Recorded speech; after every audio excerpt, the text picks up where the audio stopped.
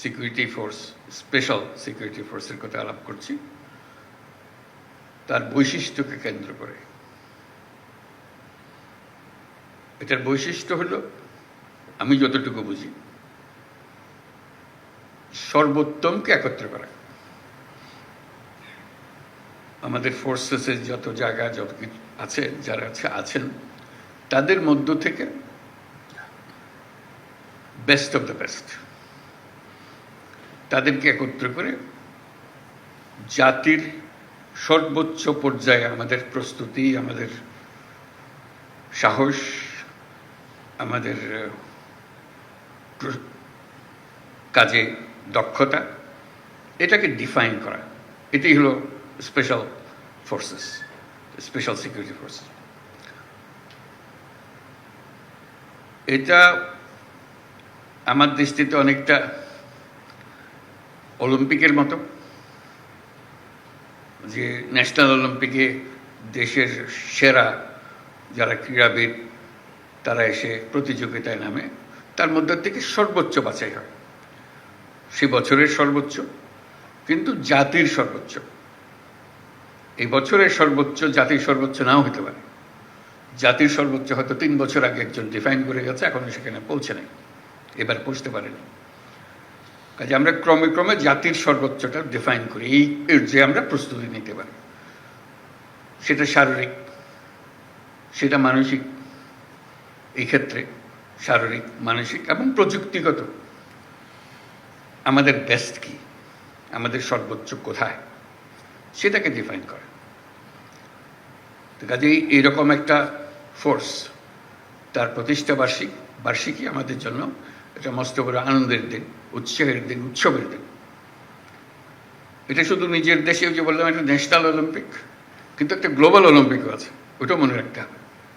আমাদের নিজেদের জাতীয় সর্বোচ্চতে সন্তুষ্ট থাকলে হবে না, সেই জাতীয় সর্বোচ্চ বিশ্ব সর্বোচ্চের মধ্যে কোথায় আছে। আমরা জাতীয় সর্বোচ্চ দেখলাম আমরা কোথায় কি আছি, কিন্তু দেখা গেল বিশ্ব সর্বোচ্চ বহু উপরে। কাজে আমাদের চেষ্টা করতে হবে যে আমরা জাতীয় সর্বোচ্চ আর বিশ্ব সর্বোচ্চের মধ্যে কেন দূরত্ব বেশি না থাকে। আমরা নিজেদেরকে সর্বোচ্চ ডিফাইন করলাম, নিয়ে আসলাম, উৎসব করলাম, সঙ্গে সঙ্গে ওই প্রতিযোগিতা আমাদের মনে থাকতে হবে, বিশ্ব প্রতিযোগিতা। এটা হলো স্পেশাল ফোর্সের একটা নিজস্ব দায়িত্ব আছে, সেটা পালন করবো, অবশ্যই করবো। কিন্তু সঙ্গে সঙ্গে আমাদের ওটাও মনে রাখতে হবে, এই দায়িত্ব পালন করার ঘটনা না ঘটতে পারে, ঘটার সম্ভাবনা ক্ষীণ, কিন্তু প্রস্তুতি হবে আমাদের বিশ্ব সর্বোচ্চের পর্যায়ের মধ্যে। তো সেটাই আনন্দের জিনিস আজকে যারা আমরা আমাদের এই স্পেশাল সিকিউরিটি ফোর্সেসের মধ্যে আছেন, তারা সে বিশ্ব প্রস্তুতিতে, বিশ্ব মানে আমরা কোথায় আছি সেটার যাচাই করে, এবং সেই প্রস্তুতি মানসিকভাবে তৈরি থাকা। আমরা শুধু জাতীয় অলিম্পিকে খেলতেছি না, আমরা বিশ্ব অলিম্পিকও খেলতেছি। সব দিক থেকে আমরা দেখব, যাচাই বাছাই করে সেটা। তা না হলে জাতি হিসেবে আমরা উপরে উঠতে পারবো না। এটার সুবিধা হলো এটা অল্প, এই যে 500 জন 400 জন, এই 400 জন 500 জনকে দিয়ে বাকিদের উৎসাহিত করা, এই ফোর্সকে দিয়ে অন্য ফোর্স উৎসাহিত করবে, আমাদের লেভেল অতটুকু, ওখানে যেতে হবে। কাজেই এই সামনে থাকার যে দায়িত্ববোধ, শীর্ষে থাকার যে আনন্দ, যে দায়িত্ব, সেটা যেন আমরা পালন করতে পারি, সেটাই হলো আজকের প্রতিষ্ঠা বার্ষিকীর সবচেয়ে স্মরণীয় বিষয়, যে আমরা সেখানে সেই মাপে আমরা কোথায় আছি। তা আমি অভিনন্দন জানাচ্ছি সবাইকে এই ফোর্সেসের অংশভূত হওয়ার জন্য। এটা একটা বড় প্রতিযোগিতার বিষয় যে আমরা এটার অংশ হতে পেরেছি, এবং হওয়ার সঙ্গে সঙ্গে দায়িত্বও বাড়ল।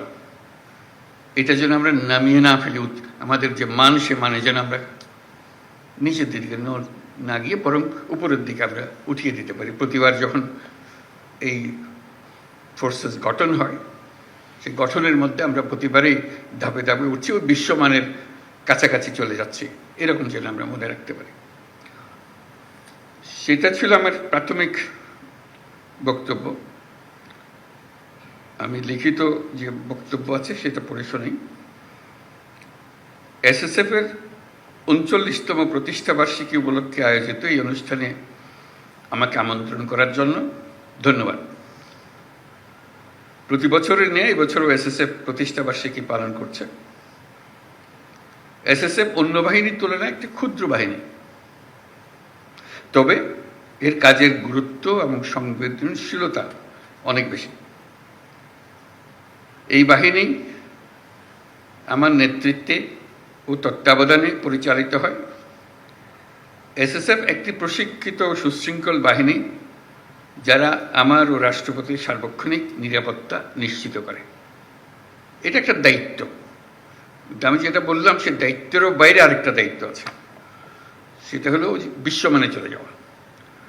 দেশের মান যেটা, সেটা আমাদের কারণে, এই বছরের কারণে আমরা যেন জাতীয় মানে নিচে না নামি, বরং জাতীয় মানে উপরে উঠি, আর হলো বিশ্বমানের কাছাকাছি বা সমকক্ষ হতে পারে। এসএসএফ একটি প্রশিক্ষিত সুশৃঙ্খল বাহিনী যারা আমার ও রাষ্ট্রপতির সার্বক্ষণিক নিরাপত্তা নিশ্চিত করে। বিগত 10 মাসে এসএসএফ দেশে বিদেশে অনেকগুলো গুরুত্বপূর্ণ দায়িত্ব দক্ষতার সঙ্গে পালন করেছে। আমি এসএসএফের সার্বিক পেশাদারিত্ব এবং আন্তরিকতা নিয়ে সন্তুষ্ট। এই জন্য এসএসএফের সকল সদস্যকে আমার ধন্যবাদ জানাচ্ছি। এসএসএফ বঙ্গভবন সহ আমার বাসস্থান, কার্যালয় এবং সকল ধরনের গমনাগমনের নিরাপত্তা নিশ্চিত করে। এছাড়াও ঢাকার অভ্যন্তরে এবং বাইরে বিভিন্ন অনুষ্ঠানে নিরাপত্তা নিশ্চিতের পাশাপাশি অনুষ্ঠান সুষ্ঠুভাবে সম্পাদনেও উল্লেখযোগ্য ভূমিকা রাখে।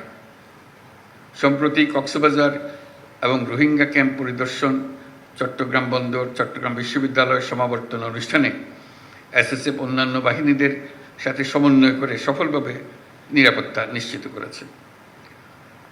শুধু দেশের অভ্যন্তরেই নয়, দেশের বাইরেও আমাদের রাষ্ট্রীয় সফরগুলোতে এসএসএফ বিভিন্ন দূতাবাস এবং সংশ্লিষ্ট দেশের প্রোটোকল ও নিরাপত্তা বাহিনীর সাথে একযোগে কাজ করে সফরসমূহ সাফল্যমণ্ডিত করেছে। এছাড়াও বাংলাদেশে আগত মালয়েশিয়ার প্রধানমন্ত্রী, পূর্ব তিমুরের রাষ্ট্রপতি ও জাতিসংঘের মহাসচিবের রাষ্ট্রীয় সফরের সামগ্রিক নিরাপত্তা এই বাহিনী অত্যন্ত সফলতার সাথে সম্পন্ন করছে। সেই জন্য আমি সবাইকে ধন্যবাদ জানাচ্ছি এই উপলক্ষে। বর্তমান বিশ্বে আধুনিক প্রযুক্তি ও তথ্য আদান প্রদান খুব সহজ হবার কারণে নিরাপত্তা হুমকির ধরন ও প্রকৃতি দ্রুত পরিবর্তনশীল। তাই শতভাগ নিরাপত্তা প্রদান করা খুবই চ্যালেঞ্জিং একটা বিষয়। বিভিন্ন সীমাবদ্ধতা সত্ত্বেও এসএসএফ সুষ্ঠুভাবে নিরাপত্তা নিশ্চিত করছে। আমি আশা করি এসএসএফ নিয়মিত বিভিন্ন ধরনের নিরাপত্তা হুমকি পর্যালোচনা করবে এবং সেগুলি মোকাবেলা করার জন্য যাবতীয় প্রস্তুতি গ্রহণ করবে। সম্প্রতি এসএসএফ যমুনার সাইবার নিরাপত্তা ব্যবস্থা সুসংহত করেছে। আমি আশা করি এসএসএফ একইভাবে এই কার্যালয়ের সাইবার নিরাপত্তা ব্যবস্থা উন্নত করবে। এসএসএফ একটি পেশাদার বাহিনী হিসেবে উন্নত প্রশিক্ষণ, উন্নত প্রযুক্তি, উন্নত মনোবলের সন্নিবেশে দিন দিন আরও উন্নতি সাধন করবে, এই আমার আশা।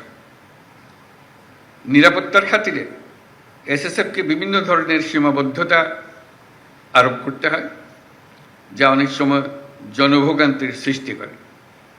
এটা যে কোনো নিরাপত্তা বাহিনীকেই করতে হয় নিরাপত্তার খাতিরে। অতীতে শাহজালাল আন্তর্জাতিক বিমানবন্দরে ভিআইপি ফ্লাইটের জন্য প্রায় 1 ঘন্টা সকল ফ্লাইট অপারেশন বন্ধ থাকত। এতে করে অনেক ধরনের জটিলতার সৃষ্টি হতো। আমি এই নিষেধাজ্ঞা তুলে দিয়েছি। এতে সাধারণ যাত্রীদের ভোগান্তি লাঘব হবে, কিন্তু এসএসএফের দায়িত্ব বেড়ে গিয়েছে। আমি মনে করি জনবিচ্ছিন্ন না হয়ে বরং জনসংযোগ ও নিরাপত্তার মেলবন্ধনের মাধ্যমেই এসএসএফ তার উপর অর্পিত সকল দায়িত্ব সফলতার সঙ্গে পালন করে যাবে।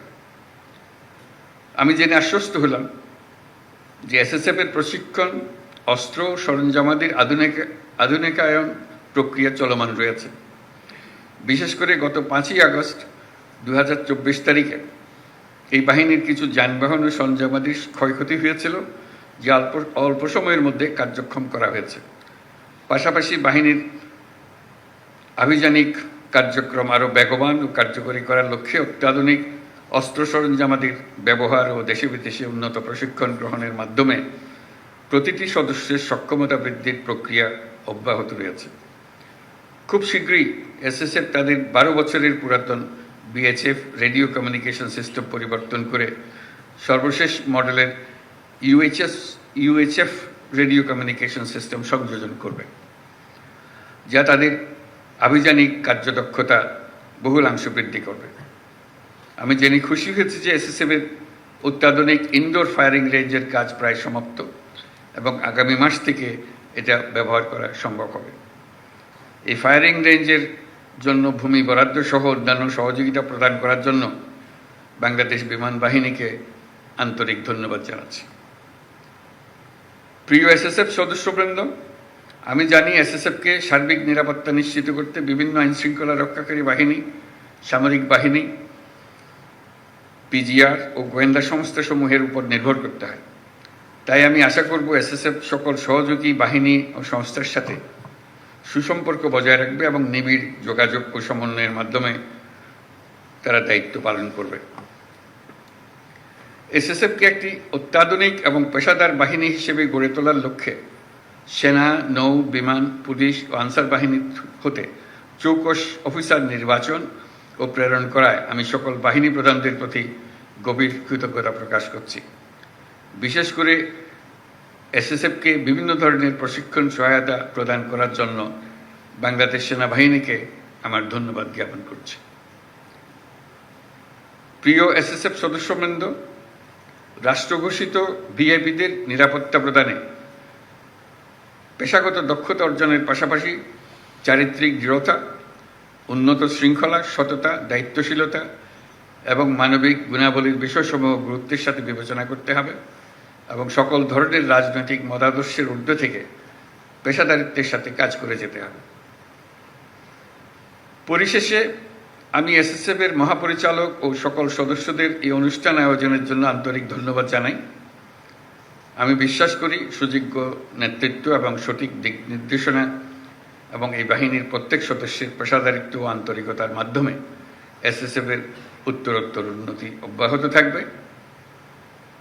আপনাদের ও আপনাদের পরিবারের সকলের সুস্বাস্থ্য এবং কল্যাণময় জীবন কামনা করে আমি আমার বক্তব্য শেষ করছি।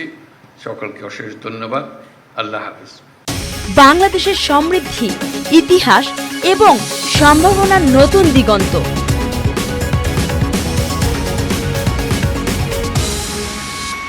স্বাগত জানাই।